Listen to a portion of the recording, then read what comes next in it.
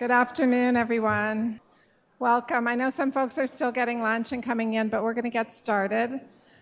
I'm Dr. Schaff, and I'm the director of the HEAL program, Humanities, Ethics, Art, and Law. I want to welcome all of you, and especially our first-year students, because this is the first time you've been to an art and medicine event. These events are aligned with the core medical school curriculum. So some of our students are currently studying neurosciences, and this is an opportunity to understand a little bit more about that system from another perspective. And we hope that these events will enhance understanding between patients and future healthcare professionals. It's a pleasure to welcome Dr. Petzinger, who's here to represent the clinicians who take care of patients with Parkinson's disease. And I'm going to turn things over to our artist in residence, Ted Meyer, who will introduce our artist and tell us about her and begin the show. So thank you. Hi, everybody. This is our artist, Safi Alia Shabaik. Did I say it right? Yes, you did. And we're very lucky to have this show. The show was originally sponsored by the Parkinson's Foundation and the NEA, so we're really excited that it's here. But before we get to that, I always start for the first-year students who are still trying to figure out what you guys want to do with your medical career. We always start with a little information so you know whether or not you can make a living at this later on down the road. So, Parkinson's, each year, 60,000 people are diagnosed with Parkinson's in the United States, and there's more than 10 million in the world with Parkinson's. 4% of the people are diagnosed below 50. So it's, you always think of these mobility issues as later in life, but a lot of them are younger. And over 4,000 people died from Parkinson's in California in 2021. And the cost to treat it is almost $50 billion in the United States. All right. Normally in the show, we have an artist talking to a doctor, but this time we have an artist who was also a caregiver who did a project with her father about Parkinson's. And if you haven't had a chance to go downstairs and look at the work, you can do that after the show. So let's start with the title, Personality Crash, which is really descriptive and really accurate. And maybe you could start by talking about how it relates to your dad and tell us a little bit about your dad, his history, when he started showing symptoms and when he finally passed. Okay. My father, he's from Egypt. He was born and raised in Egypt, Cairo. He came to America for higher education, for grad school. Met my mom in Berkeley. This is a really sped up timeline of my dad's life, but met my mom at Cal, UC Berkeley in the late 60s, moved to LA, was a professor of mechanical engineering, materials science at UCLA. He was tenured there, so he was there for a long time. Raised a family in LA, and was a very vibrant, robust person, beloved. He was second oldest of 7 kids, first one to leave his native country and start a life in a new country. Also carved a path for his younger siblings to do the same, and he has his 2 youngest brothers followed suit and did move eventually to America and also to California. They're here nearby. My dad started to show symptoms, initial symptoms. I guess it was around the age of maybe 69. It was in 2007, 2008, and I was living in New York at the time, and my mom didn't know what was going on with my dad, and she reached out to me and said, I see things changing with him. I don't really know what's happening with him. And at that point, I decided to move back and help her figure out what was happening with my dad. We eventually got him in to see a doctor. He saw a neurologist. He was diagnosed with Parkinson's. At that time, he was still really autonomous and did not need hands-on caregiving. He lived with the diagnosis for about I'd say like 9 years before his death. He died on the first day of 2018. And it was really the last 2 years of his life that other diseases started to manifest. So at that, I would say 2 years out from his death, I started to see signs of the dementia. And I would say something to my mom about it, my sister, and they didn't really see what I was seeing. So, you know, it wasn't a consistent experience with him. There were just moments at that time. I would say in the last 6 months of his life is when the sundowning presented itself, or when we learned about sundowning, because he actually had escaped from the house.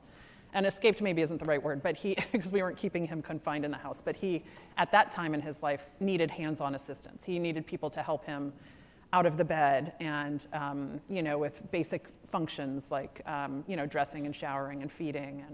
And he was not able to walk on his own at that time. He needed a rollator or a walker or a wheelchair, and he needed assistance getting to those devices from the bed.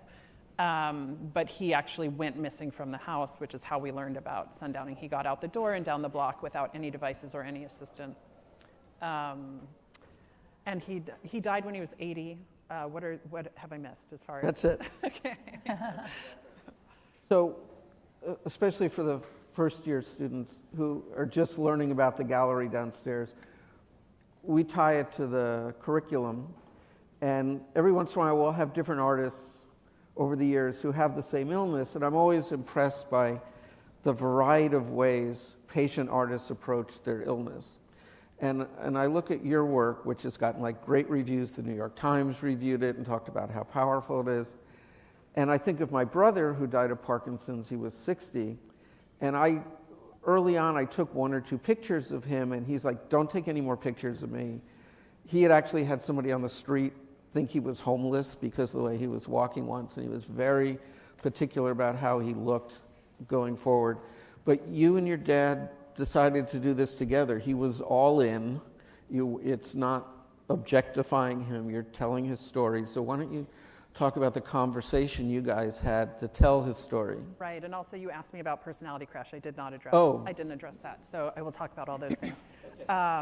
So early on in my dad's diagnosis, when he was still autonomous, we talked about doing a project together. I wanted to actually tell his story about how he had come to America and, you know, kind of lived the American dream and was, you know, successful, created a family, bought a home, you know, two children and the pets, and, you know, the whole American dream that people come to live here. And in the process of me trying to chronicle that story with him, that was actually a video project I was trying to do with him, I saw the difficulties he was having in just talking about those things and, you know, sitting for certain periods of time to do that, and just he just didn't have the stamina to go through all of that. And I realized that maybe the story we need to tell is the story of his journey now.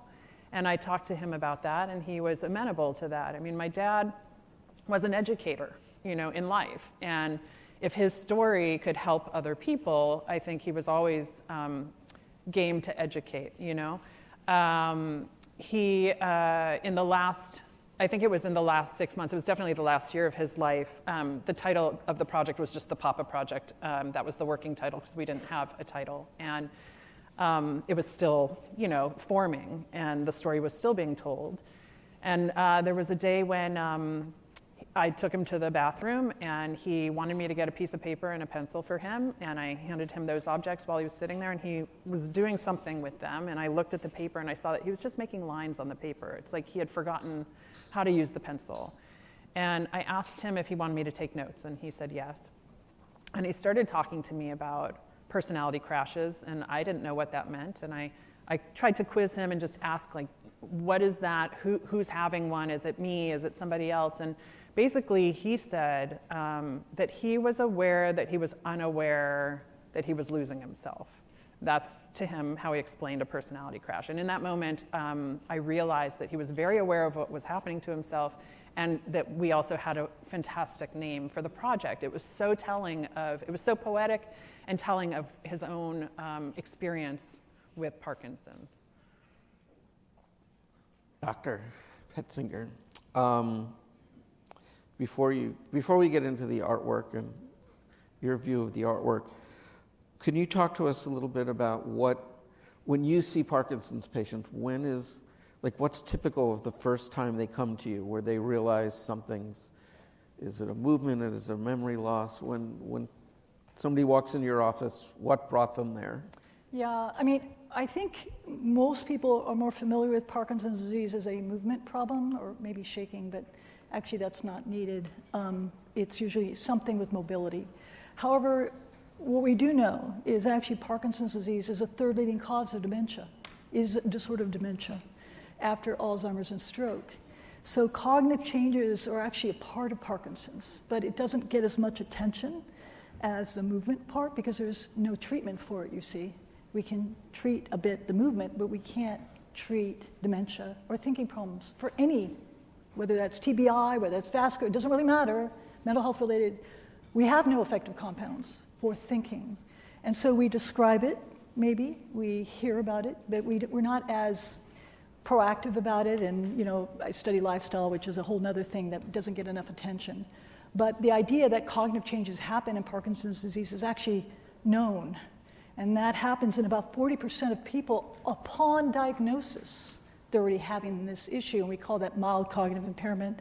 In that case, what makes this kind of, it's a slow disorder. So when we describe mild cognitive impairment, people may begin themselves to notice something, but that doesn't mean they're functionally impaired, right? They can still do things, but it doesn't feel right to them, right? And one of the telltale signs is they may begin to start noticing they aren't coming up with the words fast enough, or they're not able to keep up with conversations. And they feel kind of awkward about it. They may not even tell anybody about it, and they start becoming less participatory in communicating with people. You start noticing that, and they start noticing it a bit. So it's kind of these awkward moments where this person that you knew really appears to be withdrawing, understandably. They're not able to as effectively communicate as they like. So communication in Parkinson's disease is a big issue because of the need to be able to process and come up with words quickly. That is the heart of really what Parkinson's is. It's the slowness. We call that bradyphrenia. We think of bradykinesia, slow movement. But slowness in thinking is very common. And again, they can still be functioning day to day, but it's harder to do that until we get to the point where it is functionally impairing, and then we call that dementia. So functional impairment is by definition now dementia. The other thing that we know about thinking, which also doesn't get a lot of attention, is that thinking is very much a movement-related issue. So we see movement problems, and we believe it's strictly a movement issue, right? It's a physicality issue. It's not being able to walk effectively. But the truth is, movement is also very much a cognitive process. So when we see people having issues with tripping or falling, that is also a manifestation of thinking problems, right? So it's not recognized because it's not necessarily talked about by the person. They're embarrassed or don't want to, ashamed, or it's just hard maybe to express what they're going through. And also it may manifest in other ways, including things like mobility itself. And the final thing is mood. So mood, such as depression and anxiety, are actually very much interrelated with cognition as well. They're kind of different sides of the coin. So depression and anxiety have kind of this other aspect of cognition. So my point is, all these things really are cognitive. They're expressed in different ways. So by the time we're seeing dementia, the truth is they have been manifesting, but we may not be as aware of it as, because it's a slow process. And kind of to your point, something is different. He knows something different, but right. Being able to express that can be really hard. I think being aware of that. Aware of that. He may not know exactly what is changing in him, and he may not be aware that he is thinking slower. And also on the point of communication, something that does go along with Parkinson's is a little voice. Like the voice becomes weaker and smaller, and so again, people don't always hear you when you're trying to communicate. And again, also, you're medical students, so you're probably more aware of this than the larger public, but lots of people think about Parkinson's as the shaking disease, and it's not. It's with my dad, it manifested in rigidity, muscle rigidity and stiffness, and the inability to move, inability to swallow, inability to open his eyes, And the medicine is what gives him the dyskinesia. And that's what people see when they see, Michael J. Fox on TV or, Muhammad Ali or the faces of Parkinson's that are well recognized by the larger public. They're seeing them with the medicine, giving them the dyskinesia and thinking that that's what the disease is. Although sorry, not to be a pain, but dyskinesia is Parkinson's as well. Okay. That's not even okay, drug. not for my dad. His manifestation of it was rigidity, and then when he had the medicine in his system, he became dyskinetic. Yeah, but actually the dyskinesia is because of changes in the brain and the response of the drug. Okay. Yeah, so it gets a little weird, but yeah, actually that's still Parkinson's, but I understand what you're saying. Without the medicine, he did not have the dyskinesia. Yes, totally understand that. totally get what you're going. Okay, there. that's my totally. Experience. Yes, absolutely. And I think to your point, what people also don't appreciate, which is what you're saying. I mean, dopamine has limitations, right? It helps with stiffness, it helps with slowness. It's not a cognitive compound per se. It may help a little bit of the processing, but as we talked about, we don't have cognitive compounds. That is the limit. That is why we're, neuroscience, the biggest thing in neuroscience right now, and it's been that way all along, but it is cognitive. We do not understand thinking. We are still so far away from it. You see that in the Alzheimer's field. These drugs are not efficacious. I don't care how much money they're making off of it. They don't work. And so we still have to understand that. And then obviously things like lifestyle, social contact, keeping them cognitively engaged as much as we can. Having that social support is ginormous for them. What you guys were doing is what you should be doing, and you are doing that. I mean, to help him lead the most dignified life he can with everything we can do, right? I think those are important messages, and you relay that so well in your photography. It's just amazing how you've been able to translate that into a picture. So speaking of the photography, and I'm going to get back to sort of caregiving and your side of it versus your side, but I want to talk about this series of photos because, when you get to, you were just talking about the voice getting very quiet, and that happened with my brother. We couldn't talk the last year of his life, but you guys are sort of communicating here just by your feet and touching, and I think it's a really sweet series, so maybe you could talk about that. There were just moments of humor, I think, and playfulness that my dad still embodied during this experience. And, back also about talking about, I don't think I addressed this either, talking about doing the project. My dad had been the family photographer when I was growing up, and so he had a relationship with a camera, and I had had a camera in my hand since I was young. So he understood my relationship with the camera. And so for us to do this together, to bridge the gap of disease and who he had been prior to disease, felt like a natural progression. And so he did trust me that way. And again, he was, in his beginning phases of everything. So he was pretty much in his right mind and was willing to explore this journey with me together through the lens. And as Ted mentioned, my dad was an active participant throughout the whole thing up until his death day. There were times when I felt like I couldn't have the camera because I really needed to have two hands on him, and he would tell me to go get the camera to make photos. And so, I think it gave him a sense of importance, a sense of dignity, a sense of value at a time when he felt like his value was dropping. And I think this photo represents the kind of playful humor and this relationship, this tight, close-knit relationship that we had during the process of not only making the photos, but also me being our role reversal. Our role reversal of me becoming his caregiver, becoming his parent at this stage in his life. That's perfect lead into the next question, and let's go to these. We'll come back. I'm going to go to these photos. So both of you were in the family, and you have to deal with a lot of families, and I think Parkinson's especially is good for all the new students because one person has it, but it affects the whole family. It affects their finances, it affects their time, who's going to be the caregiver. There's a lot of energy. So first, maybe you could talk about when you're talking to people about this diagnosis, letting them know what they're in for, that it's not only long-term, but it's going to affect everybody. Absolutely. I can't tell you, I mean, we're not really trained well to do that. You know, it requires practice. I've been fortunate enough that I've worked with palliative care. We now have a palliative care program that's growing here.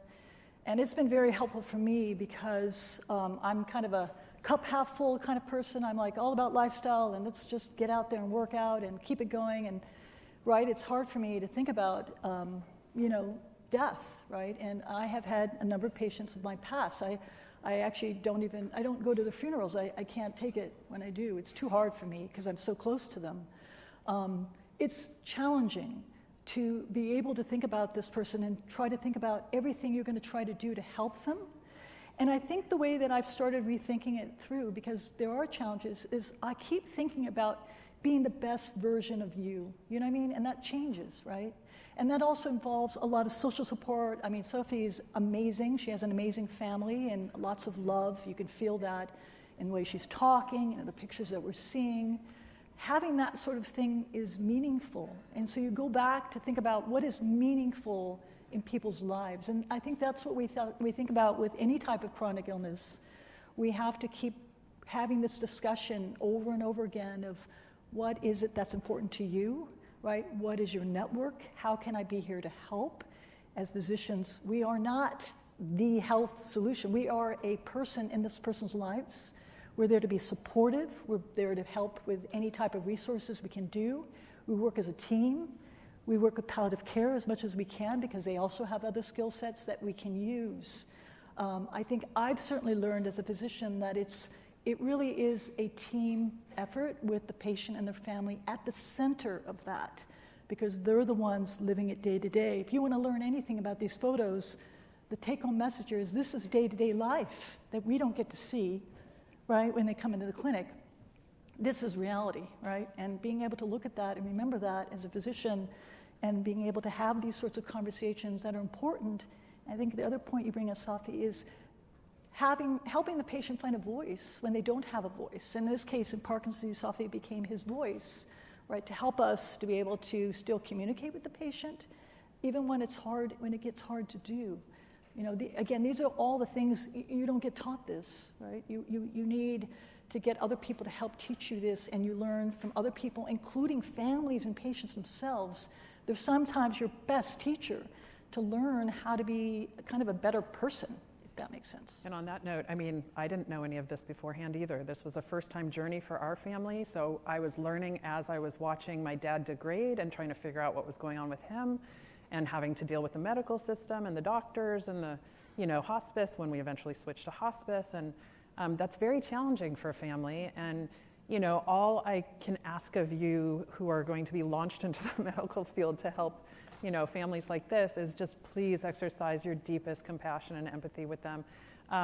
The hospice doctor who came in to sign the papers with us and, do the initial exam with my dad was very kind of cavalier about it all. And, kind of said, well, he probably has a month to live. And, it's like an average day for her.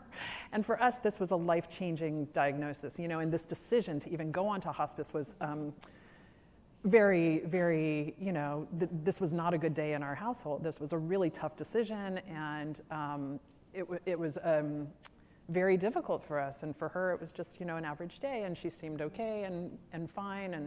And there was a real disconnect for me with that. And then when the hospice care was coming to help him, and this is not an individual's fault, probably it's more this organization that we had, but they would send a different nurse every time. And that was very difficult too, because it's exhaustive to have to tell the new person who's coming to the door all the problems that, my dad has and how he likes things done and what needs to happen for him and where his bed sore is and all the kinds of things that they have to do when they come in.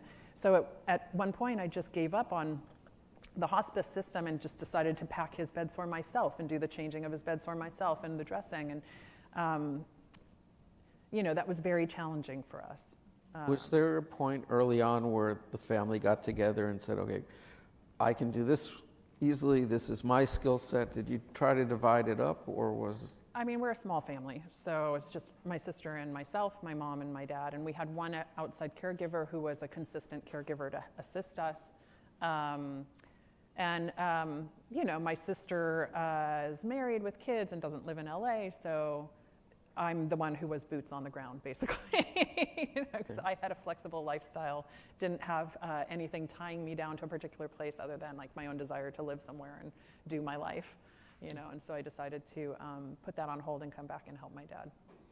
Well, let's talk about these two photos that are downstairs. So I don't know how far apart they were. It looks like your dad is a little more. Yeah, the one on the left is earlier on in his last year. I would say that's probably like, I don't know, somewhere between January and June, and then the one on the right is actually Thanksgiving holiday. So that's much closer to his death day. So, what do you think that these are your sister's kids that they got out of watching this sort of very natural process of his decline? Some people try to hide things from kids, but they seem active participants here, playing him music. And yeah, my sister actually did a really good job of bringing them up to spend time with him as much as she could on the weekends. Again, they don't live in town, so it is it's a trek. But she did make an effort to have them be involved with him. And what I saw with them at these young ages was that they both really wanted to help care for him. On the image on the left, he was still able to go upstairs to his bedroom. That was, like I said, in the beginning of his final year. And so Owen, who's in that photo with him on the left, and Ethan, who's on the right photo on the far right, they would both love to help him walk up the stairs, assist him with getting dressed after his showers. Like the photo shows on the right, they would serenade him during his nap time. And, I think that they just really wanted to be helpful to him in whatever way they could. Mm-hmm. And I don't know that I haven't talked to them to see if they really recognized his degradation over time during their visits. But they were there for his death, and they were present.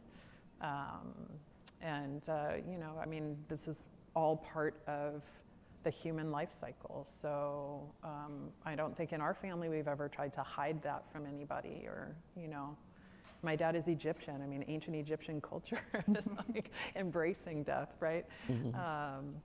And I also have a background in death. I'm actually, I have a license for undertaking. So I've been around death on a daily basis and have experienced that. And so for me, it's just another important part of our existence here, or non-existence, I guess. I did not know that about you. All right. So this one and the next one, you were talking about how roles change. I'm assuming your dad was a big guy. He was probably the man, and now here's your mom helping him dress. And there's a certain point that power dynamic changes, and I think some of your photos downstairs show that.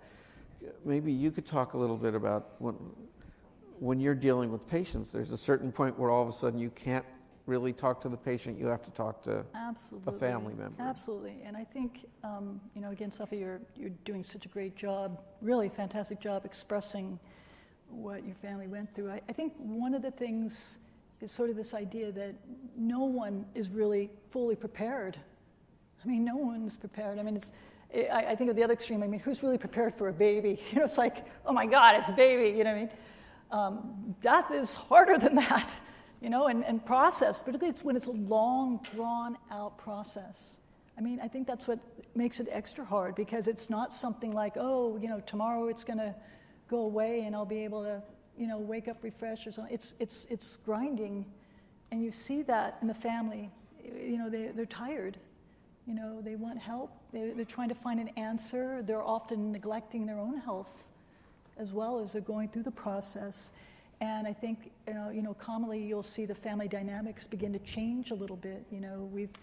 I've had talks with the palliative care group about advanced care directive as an example, and who's going to be more involved in the care, particularly early on. And I was saying, well, I think one of the challenges with chronic disorders like Parkinson's disease is the family dynamics change for a lot of different reasons. People move away, people have family, and it's, I always learned so much about the family, about who, has more time or whatever, right? These people, no one has necessarily more time, but people stepping up to take that role, and there's sometimes handoffs happening because the mother is getting tired, or this person's getting tired. So you're seeing not just the patient, but you're seeing this huge dynamics happening with the family, in that they're trying to sustain this, and keep it going. There is no answer. There is no right way to do this. That's probably one of the hardest discussions I have with people, because on one hand you're trying to say it's kind of going to be organic. It's going to be who's available, who's not available to try to help. Unfortunately, in this country, we don't have very many resources to get help for people at home, unlike other countries, which is really a sad state that we're in. There's a lot of problems with our medical system. That's one big one, which is really not having respite care or things that give, not enough anyway, to really give families a break. And so, we see all sorts of dynamics. Some are more successful than others. And obviously that plays out on how well the patient does. Having a better kind of dynamic is going to help the patient live for a much longer time. There's no doubt about that. So I think it's, there is no one way to do it. I think, you obviously learn from looking at other families and how they can do it. I think, as I mentioned before, I don't think you can have too much social support. Keeping the family dynamics together, obviously you love one another, and then getting more help when you can, that you can't do it all. It's not sustainable. Sometimes my job is really to tell the person, okay, you need a break, okay? You need to stop doing what you're doing.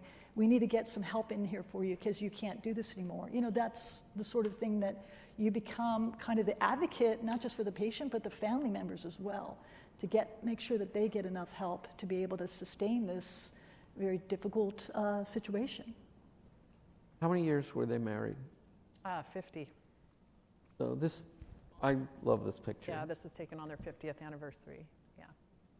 Yeah, I don't even know what to say about it. It just kind of gives me chills. I just love. Well, I'm just so happy he made it to that day, because that's their anniversary is December 23rd, and my dad died on the first day of the new year. So he just literally made it to their 50th anniversary, and then left. But it was a very special day. And if you do go through the exhibit downstairs and you do the audio portion of the exhibit, you will hear about that day.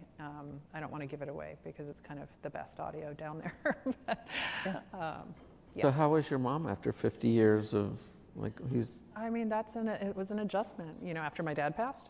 Yeah. A huge adjustment. Her identity had changed. My identity with the world had changed. But for her, I mean, this is her life partner who she had been with for, longer than I've been alive. And you have to figure out who you are again once you lose that person. I can't speak for her, so I don't know, but that's my interpretation of what I was watching, Have you seen family, I don't want to use the term failing, but come up against this or other long-term illnesses and just they kind of collapse? It's a lot of responsibility if you've had an easy life up till then. It is, and again, you sort of see the whole spectrum. I think most of the patients that I've had, have had fairly good social support and family dynamics. But when you're married to someone, when they say, death do you part, they're not kidding. Having illnesses are hard, particularly if being the spouse, you become the caregiver. And I don't think anyone is always, no one's prepared for this, right? And so I think you shouldn't be surprised to see the whole gamut of responses. Some people are very angry, and they're angry at the patient, right? Because I don't want to do this. I didn't sign up for this. We definitely see that. People, family falling apart, sometimes absent family members, they don't want to get involved. So I think, our job, there's a lot of frustration with that, I think, within the family, and to see that you try to be as supportive as you can and recognize that, families have issues as well. They're doing the best they can. And again, I think trying to be as supportive as you can. And again, listening to the family where they might need some more help, some counseling to get through it. Because as you said, Ted, it's really not, a disorder of one person. It's really a disorder It affects everybody. It Yeah. affects everybody. And I think the sooner that I think you can get that message on board, particularly when I go through a diagnosis, I really do encourage as much as possible the family to come on in so we can start talking to get more familiar with it. Again, information is knowledge. And I think in this case, helping to prepare, understand what to expect, it helps. It's not perfect, but I think it helps and sort of start kind of laying out what, kind of what to expect. And I think, again, this is where palliative care, I think, the field of palliative care has helped us really kind of reimagine or rethink how we manage chronic care, chronic disorders, and how to navigate that better so that we're not so reactionary to symptoms as they appear, but more try to be more proactive and kind of laying out kind of the bigger picture, the landscape of a chronic disorder and what I need to be thinking about in the future. So not just now, but what to expect later and how to navigate this a bit better. I think introducing palliative care to neuro has been certainly in my experience, has been extremely helpful, and it's something that I think as a field is again helping us manage Parkinson's disease as an example, but any chronic disorder. So I like to think that things are getting better and that we're having these discussions a lot sooner, and as I said, kind of planning out the landscape a little bit better of what to expect and how to prepare. All right, I'm going to go back to one of the photos we passed. So we talked about this one a little bit when I first saw your show, because it's so, him looking straight at the camera that way. But I think, again, I keep relating back to my brother, who would not want to have been shown like that. But, so can you talk about this? Where was it, and what are you seeing in this photo? It's such a strong gaze in this picture. I mean, he's well aware that I'm there with the camera. He's confronting the viewer. This was our reality. I mean, my dad had become my child. He was wearing diapers, adult diapers, and that's because with Parkinson's, he can't control his muscles. He can't always make it on time to the bathroom. It's a precautionary measure, obviously, and I don't know really what to say about that, but this was when he was still able to go upstairs, so this is before July of his final year, and this was part of our everyday process. I mean, we're just documenting his journey. So. Did you feel at the end, because he's obviously, there's something about this gaze that's so strong, and then you look at some of the older pictures where it's not as focused. Is there a certain point where he would interact with the camera and then he sort of stopped interacting with the camera ever? I think because the camera was so much a part of our journey that he, there are times when he just is doing whatever he's doing and he's not concerned with the camera. I wouldn't say he's concerned with the camera here, but he's acknowledging the camera. And again, he's posing for me. I mean, this is not like I'm catching him in an off moment. He's posing for me. So there are moments where we would do an actively, pose, like, stop, I want to make a photo of you in this moment. And then there were moments where I was just documenting what was happening. So, and also in some of those that I think you're referring to where he's not as aware or seemingly aware of the lens, some of those moments might have been in a moment of dementia, or might have been in a moment where he was not as, what's the right way to express alert, it? or maybe, or in this same realm as me. Got it. His reality was Same different than realness. mine on certain occasions, and again, like, I would never shut that down. I would always embrace that and quiz him about his experience. Downstairs, there's another audio you will hear about when my mom and I, Rosa was not there that day. She was our outside caregiver, and it was just my mom and myself taking care of him. And we had moved him after a nap out of his bed. And we had a hospital bed in our den for him when he could no longer go upstairs. We had moved him out of the hospital bed into the wheelchair. I was going to take him into the kitchen and give him dinner, I think. And my mom started to straighten the sheets. I had him on the wheelchair, and she was straightening his sheets on the bed, and he said, whoa, whoa, whoa, whoa, whoa. And my mom stopped what she was doing, and we started asking him what's going on, and he said, be careful of the frogs. And obviously we didn't see frogs in his bed, but he saw frogs in his bed, and I started asking him about it, and he told me he saw 8 frogs in his bed. And to me, that was kind of like the beauty of the different realities. Like, he was at times in these really poetic, kind of beautiful places. I asked him if he was afraid. One time, this is another audio you'll hear downstairs, I had put him to bed, I was holding his hand, I asked him if he was afraid, and he said no. And I didn't say afraid of what, I just was asking him if he was afraid. And in my head, I was asking him if he was afraid to die. And he said no, and then I asked him again a few minutes later, and he said, I'm afraid of the river. And I said, what river? And the LA River, the Nile, what river are you talking about? And he said, the river in the backyard. Tomorrow I'll show you. And we had buried a lot of our pets in the backyard. So to me, that kind of meant like he was aware of his own impending, death. But just these really poetic kind of places he was in his moments of dementia. So, last question for you, and then I have a last question for you. Talk about just the idea of doing this project over several years was it a stress reliever for you? Did it help you deal with all of this? What did you get out of it? Yeah, for me as a documentarian, this is how I process the world.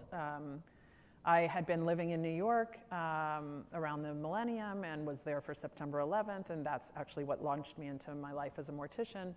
But, I process the world through my camera. So for me, this was a natural thing to do with my dad so that I could understand what was happening with him. And I think for him, it was also a natural thing to do to kind of understand his own journey. What else was I going to say to you? It functioned as like a bridge, I think I said that before, between our kind of two realities.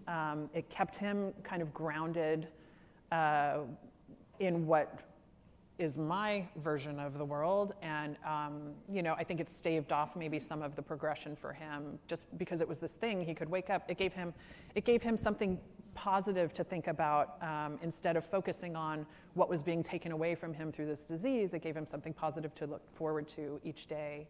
I think that's my response. And if anybody has any questions, we have a couple minutes left for that. There's a microphone up here. And your last question for all the new students, what made you want to pick your specialty? I can't say exactly why. I think it's all about mentorship and having been exposed to people that you admire or you appreciate or you like the way they think and you like the patient population that you're working with. I learn a lot from my patients. I certainly learn a lot from families and how, hardship is difficult, but it also brings out some amazing humanness, these sorts of things, right? The ability to share things about your family. And I learned a lot from that, and I really enjoy that. I enjoy working with older individuals. I learn so much from them. And I think the other thing, I find Parkinson's disease is such an interesting, complex disorder for the reasons I mentioned. How much cognition really expresses itself in a lot of different ways. It interacts with movement, interacts with mood, and it's a challenge. It's something that we're still trying to understand and do a better job. So there's that challenge component. But I think most of all, it's the patients I've really enjoyed working with. I think they're, just an amazing group of people and amazing group of families. Any questions for the doctor or our artist? Wow. Dr. Shaft, would you like to say anything? I have a comment and reflection, and then I know sometimes it takes a while for people to think of questions. This has been very moving, and Safi, I just want to thank you for this project. And I think one of the things that's so meaningful to me is that when our students go to the clinic or to the hospital, they hear a story and they may understand something about that person's illness and their experience. But when they see this work, I think, Dr. Petzinger, you acknowledge that these are things we can't learn in any other way. This is a way to understand differently about a person's and a family's experience of this illness. And so you've given us this gift, and I think you've reflected on how this is a piece of students' education that I think can only happen in this way. So it makes me feel like really grateful that we can do events like this and bring artists, patients, artists, caregivers to our community and understand this experience of illness. And I think I heard you say, and I think you're exactly right, that this makes us better doctors, but I think it makes us better people. What we learn, I learn so much, and we learn from our patients all the time, and I think I feel like I become better at being a human being through our work, and this especially just feels like a real gift. So thank you both. Just to follow up with that, I think one of the things that I commonly hear from patients from Parkinson's for sure, and that is, again, the issue of not having a voice, not being able to communicate. And I think your dad definitely saw a chance or opportunity through you, which is, what a brilliant way to communicate in such a unique and very detailed, right? It's got a very granular feel. You can feel it, can't you, right? That voice coming through with just these experiences, right? He had a voice, right? And he knew how to do it, right? And this is the best voice you can have right now, these experiences, his life, through this camera. That is as powerful as you can get. You did a fantastic job for your dad.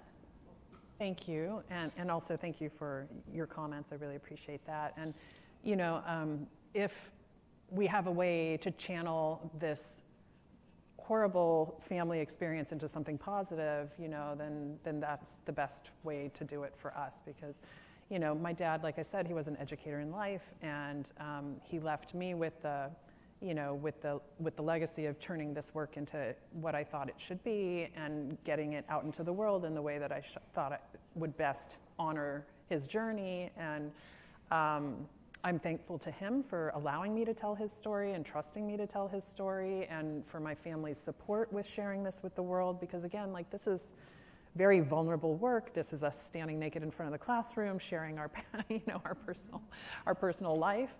And it's very challenging and scary, and the fact that people are willing to listen and learn from it and are moved by it, that it's impacting people, that's been the huge return from sharing our story. So I thank you all for listening and coming today, and seeing the exhibit downstairs and taking the time to do the audio element with it, because I think it's really important.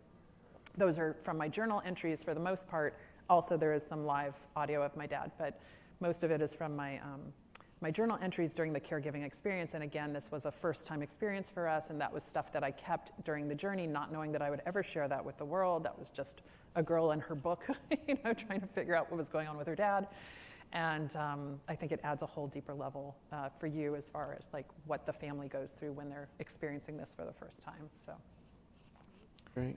Well, thank you all for coming. Congratulations to all you first-year students for getting here. That's quite an accomplishment. And we hope you loved your burrito. So.